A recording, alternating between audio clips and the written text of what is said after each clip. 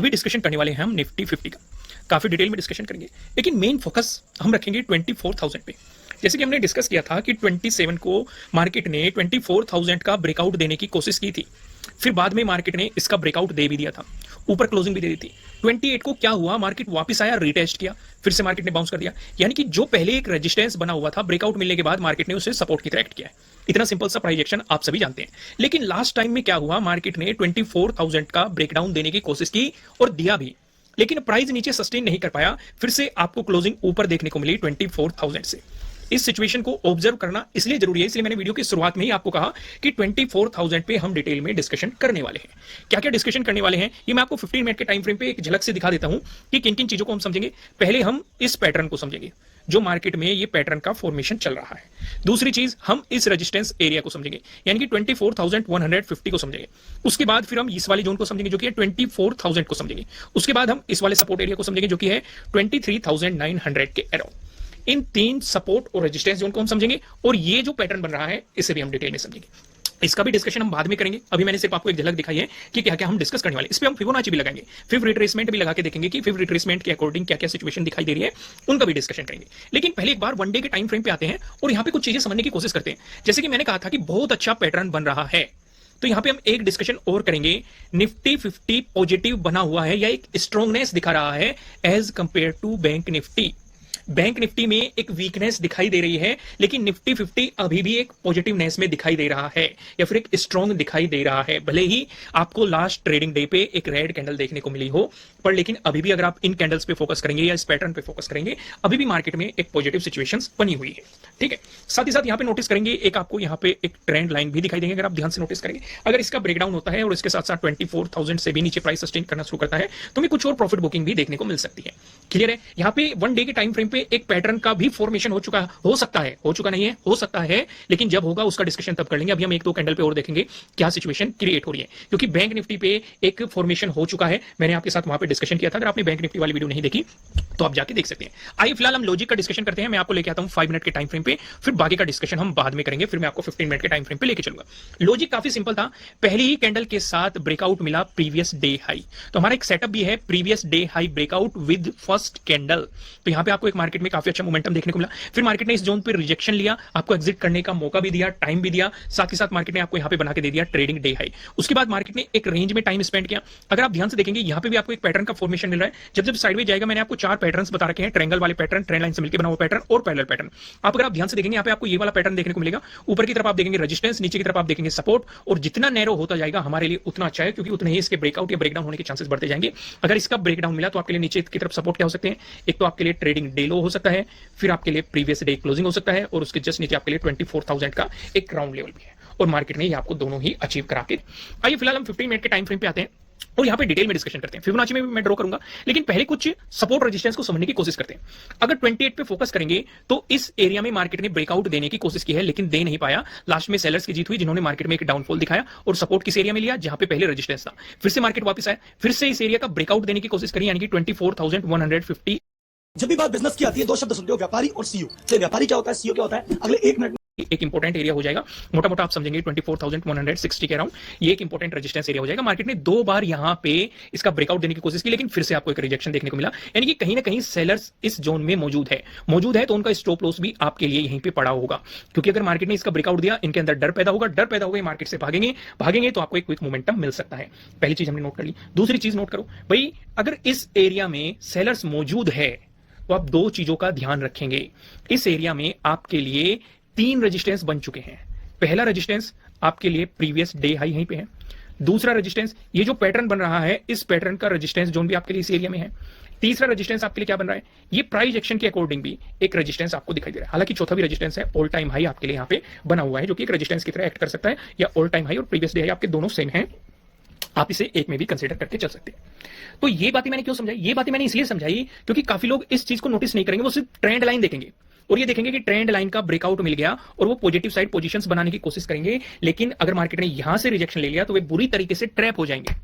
तो अगर आप ट्रैप होने से बचना चाहते हैं तो आप इन तीनों चारों रेजिस्टेंस पे फोकस करेंगे और इनके ब्रेकआउट के बाद ही कुछ पॉजिटिव साइड प्लान करेंगे, नहीं तो सिर्फ और सिर्फ स्कैल्पिंग अपॉर्चुनिटीज पे ज्यादा फोकस करेंगे। बात समझ में आ गई? नीचे की तरफ देखो, नीचे की तरफ इस एरिया में आपके लिए बहुत सारे सपोर्ट बैठे हुए हैं। प्रीवियस डे क्लोजिंग आपकी इसी जोन में है, दूसरा देखो प्रीवियस डे लो आपका इसी जोन में है, तीसरा देखो ये जो पैटर्न बन रहा था इसका भी ट्रेंड लाइन के अकॉर्डिंग सपोर्ट एरिया इसी जोन में है, चौथा देखो यहीं पे आपका 24,000 का राउंड लेवल है, पांचवा भी देखो, पांचवा प्राइस एक्शन के अकॉर्डिंग भी, यानी कि पहले रेजिस्टेंस था, ब्रेकआउट मिला तो सपोर्ट की तरह और मार्केट दो बार सपोर्ट लेके बाउंस भी कर चुका, यानी कि प्राइस एक्शन के अकॉर्डिंग भी आपको सपोर्ट दिखाई दे रहे हैं। यानी कि इस एरिया में आपको पांच पांच क्या दिखाई दे रहे हैं, इंपॉर्टेंट चीजें दिखाई दे रही है, पांच पांच सपोर्ट दिखाई दे रहे हैं। दोस्तों अगर मेरा कंटेंट पसंद आ रहा है वीडियो को लाइक जरूर करना, नए हो सब्सक्राइब कर लेना, वीडियो अभी खत्म नहीं हुई है, लाइक करके वापस आ जाइए, कमेंट करके भी वापस आ जाइए, क्योंकि इतने सपोर्ट और रेजिस्टेंस इतनी डिटेल में कोई भी नहीं बताता है। अगर मैं आप यहां पे टाइम दे रहे हैं तो आपकी कुछ ना कुछ लर्निंग होनी चाहिए, कुछ ना कुछ वैल्यू ऐड होनी चाहिए आपकी लाइफ में। आगे बढ़ते हैं। तो यानी कि हमें ये समझ में आ रहा है कि अगर नेगेटिव साइड मार्केट को मूव करना है तो इन चारों पांचों सपोर्ट जोन का मार्केट को ब्रेकडाउन देना पड़ेगा। बात समझ में आ गई? उसके बाद भी हमारे लिए इंपॉर्टेंट सपोर्ट एरिया कहां हो सकता है? 23,900। आगे का डिस्कशन करने से पहले मैं आपको ये बता दूं, आपके लिए किसी भी तरह का ना तो कोई बाय रिकमेंडेशन है ना ही कोई सेलिंग रिकमेंडेशन है, ये जस्ट एजुकेशनल पर्पस से बनाई गई एनालिसिस वीडियो है। इन्वेस्ट करने से पहले आपको अपनी रिसर्च करनी है, अपने इन्वेस्टर की सलाह लेनी है, क्योंकि प्रॉफिट भी आपको होने वाला है, लॉस की जिम्मेदारी भी आपको अपने आप लेनी है। अब एक सिनेरियो और डिस्कस करते हैं। क्या सिनेरियो? भाई मार्केट इस रेंज में घूम रहा है, ये पहले रेजिस्टेंस था, ब्रेकआउट मिलने के बाद इंपॉर्टेंट सपोर्ट बन चुका है, ये रेजिस्टेंस एरिया बन चुका है। अगर मार्केट ने डिसाइड कर लिया कि मैं इसी रेंज में घूमूंगा, ये भी तो डिसाइड कर सकता है मार्केट, ऐसा जरूरी तो नहीं है कि भाई मार्केट ऊपर ही जाएगा नीचे जाएगा, वो एक रेंज में भी डिसाइड कर सकता है। तो अगर वो इस रेंज में डिसाइड करेगा तो आप खुद सोचो, स्कैल्पिंग पे ज्यादा फोकस करोगे या फिर एग्रेसिवली बाइंग या सेलिंग पे ज्यादा फोकस करोगे? क्योंकि अगर आप 24th को ऑब्जर्व करेंगे वन डायरेक्शनल मोमेंटम, 25th को ऑब्जर्व करोगे वन डायरेक्शनल, 26th को ऑब्जर्व करोगे वन डायरेक्शनल, 27 को रोलर कोस्टर राइड दिखाई मार्केट ने, 28 को भी मार्केट ने रोलर कोस्टर आपको राइड दिखाई। अगर फिर से रोलर कोस्टर राइड आपको मार्केट दिखाता है तो सिर्फ छोटे पॉइंट को पकड़ने पे ज्यादा फोकस करना, लेकिन अगर वन डायरेक्शनल मूव मार्केट देता है तो आपको हर रिट्रेसमेंट पे कुछ क्वांटिटी भी ऐड करने का मौका मिलता है या फिर कुछ प्रॉफिट बुकिंग करने का मौका मिलता है। आपकी स्ट्रेटजीज, आपकी प्लानिंग डिफरेंट हो जाती है थोड़ी सी। क्लियर हो गया? यहां तक समझ में आ गई? अब जल्दी से फिबोनाची ड्रॉ कर लेते हैं और इन सारी चीजों को डिटेल में समझने की कोशिश करते हैं। मैंने पकड़ा लो और एक पकड़ लिया हाई, ठीक है, राइट? होगी बात? ओके।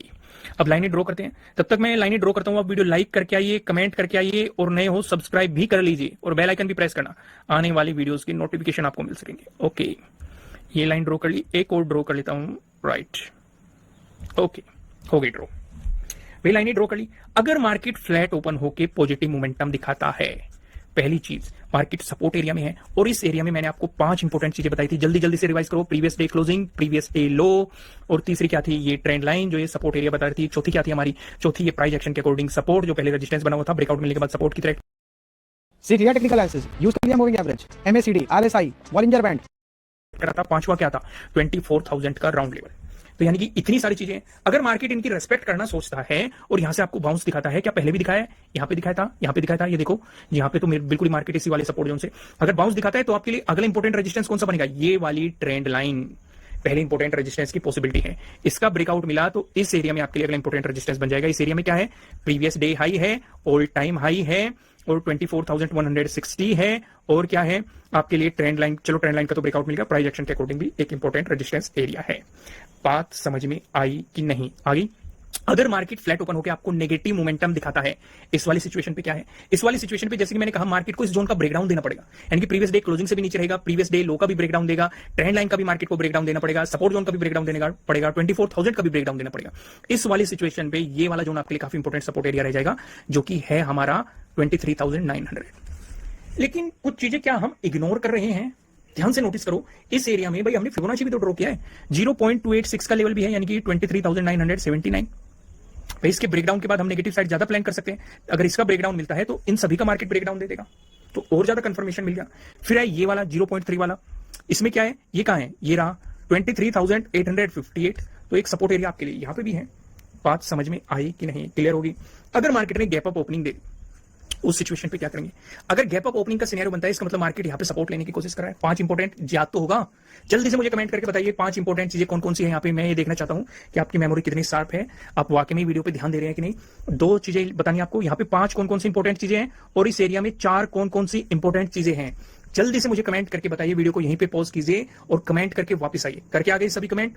आगे बढ़ते हैं, कमेंट किया करो, भले ही एक दो मिस हो जाए कोई बात नहीं, फिर वीडियो वापस जाके देख लेना, उससे आपकी क्लियरिटी बढ़ेगी, मेमोरी भी बढ़ेगी, और आपको स्टोरेज कैसे रखना है माइंड में, चीजों को कैसे याद रखनी है, कितनी चीजें आप भूल जाते हो, वो सारी चीजें आपकी क्लियर हो जाएगी।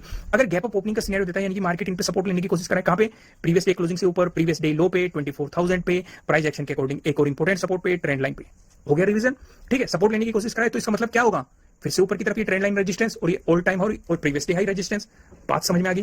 वहीं पे अगर गैप डाउन ओपनिंग दी तो इसका मतलब मार्केट इन पांचों का ब्रेकडाउन देने की कोशिश करेगा। अगर ब्रेकडाउन दे दिया, इंपॉर्टेंट सपोर्ट है, ब्रेकडाउन दे दिया तो इसकी इंपॉर्टेंट रेजिस्टेंस की तरह एक्ट करने की पॉसिबिलिटी उतनी बढ़ जाएगी। फिर आपके लिए इंपॉर्टेंट सपोर्ट एरिया जोन में रहेगा 23,900। दोस्तों ऑफर